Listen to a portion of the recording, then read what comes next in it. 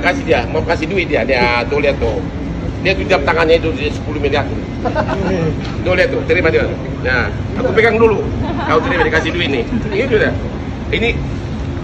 Ini nggak ada maksud apa-apa ya. Kita nggak ada maksud terkenal. Aku udah super terkenal, jadi nggak ada niat. Memang benar-benar kita. Saya mau kasih contoh kepada publik gitu loh. Karena sekarang ini terlalu banyak orang munafik. Ini namanya Andrew, sarjana hukum juga tapi jadi pengusaha. Ya, dia salah satu pemegang saham di Atlas Group. Ini orang kaya nih, ya, orangnya baik tapi, ya, dia sekarang ini murni dengan sukarela di bulan puasa ini, ya, oke, gimana, silakan. Tapi saya ikhlas Pak, iya saya juga ikhlas. Sudah ikhlas loh, ya. Abang nggak mau. Kantongin dulu. Abang mau nolak apa? Kantongin dulu. Kantongin dulu. Aduh, ini gua masukin. Lu pulang lagi. Kemarin juga lu tolak uang gua. Ini gua masukin nih. Maju udah. Mas.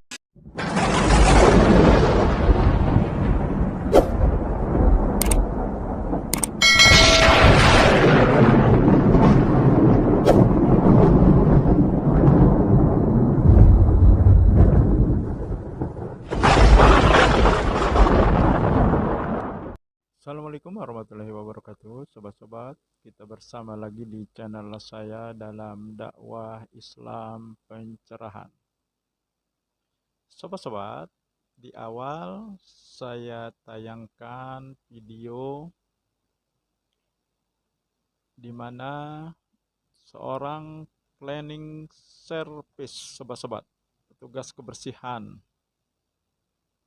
yang menemukan dompet dari pengacara kondang yaitu Hotman Paris yang jatuh.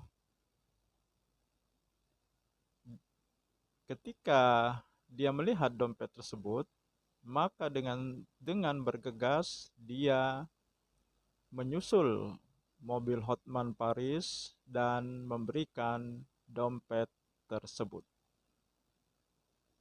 Bayangkan sobat-sobat, seorang cleaning service ya menemukan dompet dan ternyata isinya ya duit 70 juta rupiah, sobat-sobat. Dan dia melihat duit itu ya karena banyak yang keluar dari dompet tersebut. Sebagian. Yang lebih luar biasa lagi, sobat-sobat, dia menolak ketika akan diberikan imbalan sejumlah duit oleh Hotman Paris.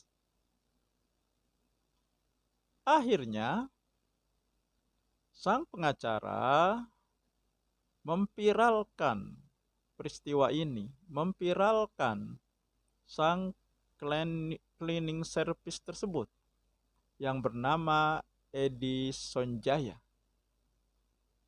Maka banyak netizen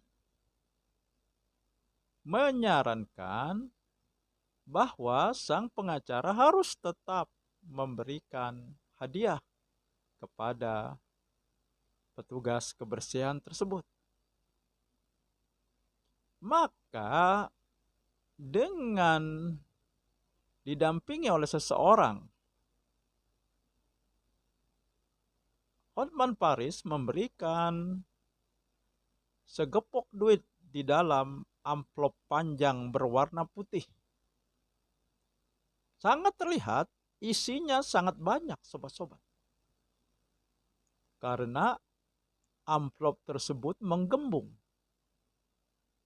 Nah, jelas bukan 1 juta 2 juta di dalam amplop tersebut. Namun, sobat-sobat, ini yang sangat luar biasa. Itu pun ditolaknya oleh sang petugas kebersihan tersebut. Beberapa kali dia menolaknya pemberian duit tersebut. Pada akhirnya sang pengacara sendiri yang memaksanya dan memasukkannya ke dalam kantong petugas kebersihan tersebut. Dan terlihat sekali dia menitikkan air mata menghadapi kejadian tersebut. Nah, sobat-sobat, apa yang bisa kita ambil pelajaran dari peristiwa ini?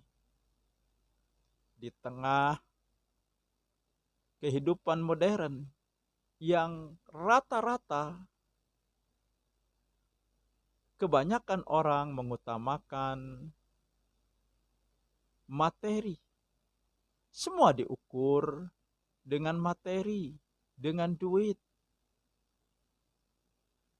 Tetapi seorang petugas kebersihan, dia tidak tergiur dengan materi yang sudah berada di tangannya. Dia mengutamakan kejujuran daripada mendapatkan materi yang sudah di tangannya. Ini sebenarnya pukulan telak bagi orang-orang yang sebenarnya tidak hanya yang sebenarnya memiliki kecukupan secara materi, akan tetapi selalu berbuat tidak jujur. Nah, sobat-sobat, kejujuran ini menjadi sangat penting. Karena kejujuran inilah yang mendorong Siti Khadijah mengutus seseorang untuk melamar beliau. Ini karena kejujuran beliau ketika membawa barangan dagangan dari Siti Khadijah. Dan kejujuran juga yang menyebabkan seorang kepala rampok menjadi sadar dan menjadi murid dari orang yang menyadarkannya. Padahal orang tersebut masih berusia anak-anak, yaitu Syekh Abdul Qadir Jailani. Kisahnya, beliau ingin belajar di satu negeri. Kemudian sang ibu memberi bekal duit yang dijahitkannya di dalam baju gamisnya, dengan satu pesan bahwa dia harus berlaku jujur apapun keadaannya. Syekh Abdul Qadir Jailani yang masih berusia anak-anak pergi ke tempat di mana dia akan menuntut ilmu, beriringan dengan kafilah dagang. Dan di satu tempat, kafilah dagang tersebut dihadang oleh rombongan perampok. Barang-barangnya diambil oleh rampok tersebut. Ketika ada rampok yang bertemu, yang melihat Syekh Abdul Qadir Jailani yang masih anak-anak, mereka bertanya, apa yang kamu bawa?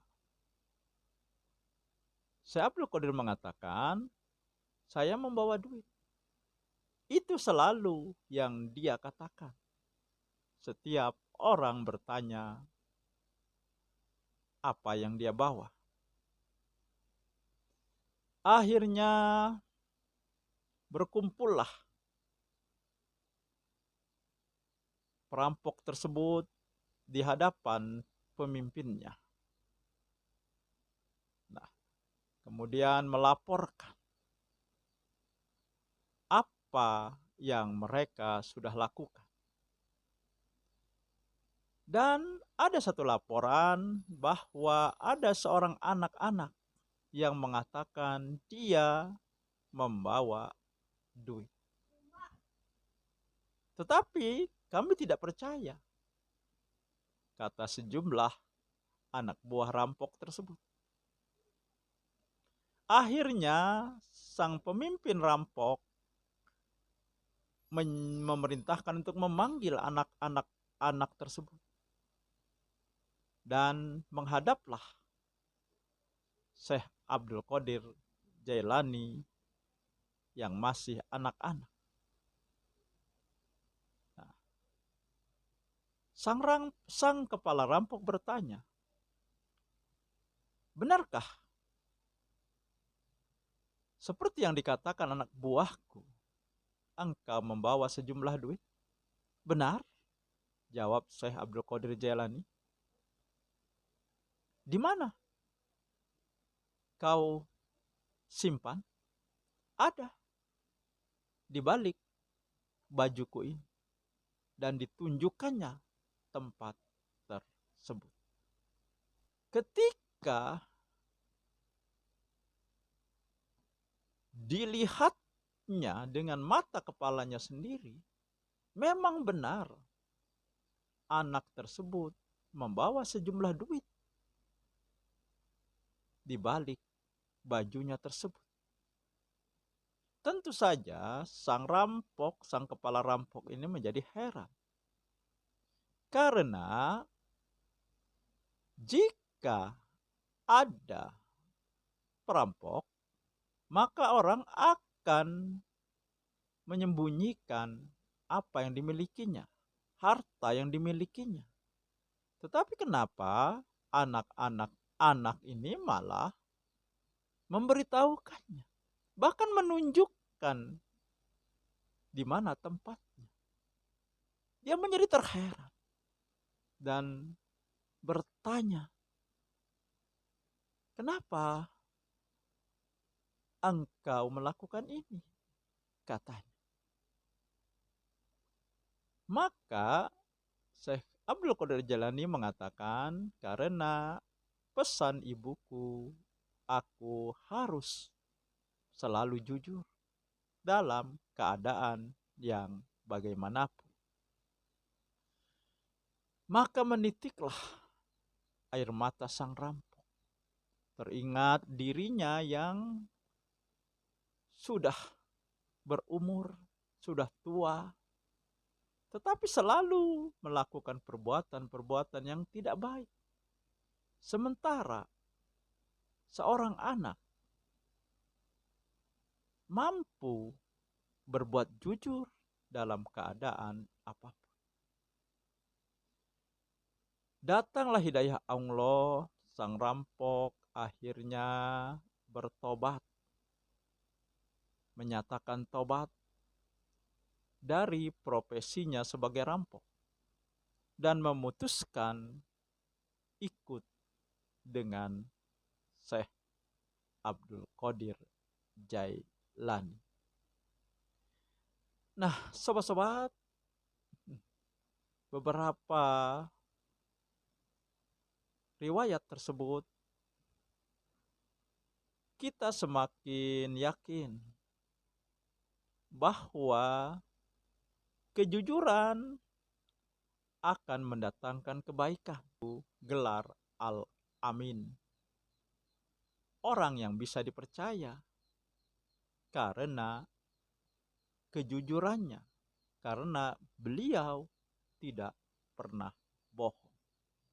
Dan dengan kejujurannya ini, Rasulullah Shallallahu Alaihi Wasallam sukses berdakwah. Dan ini diakui oleh dunia.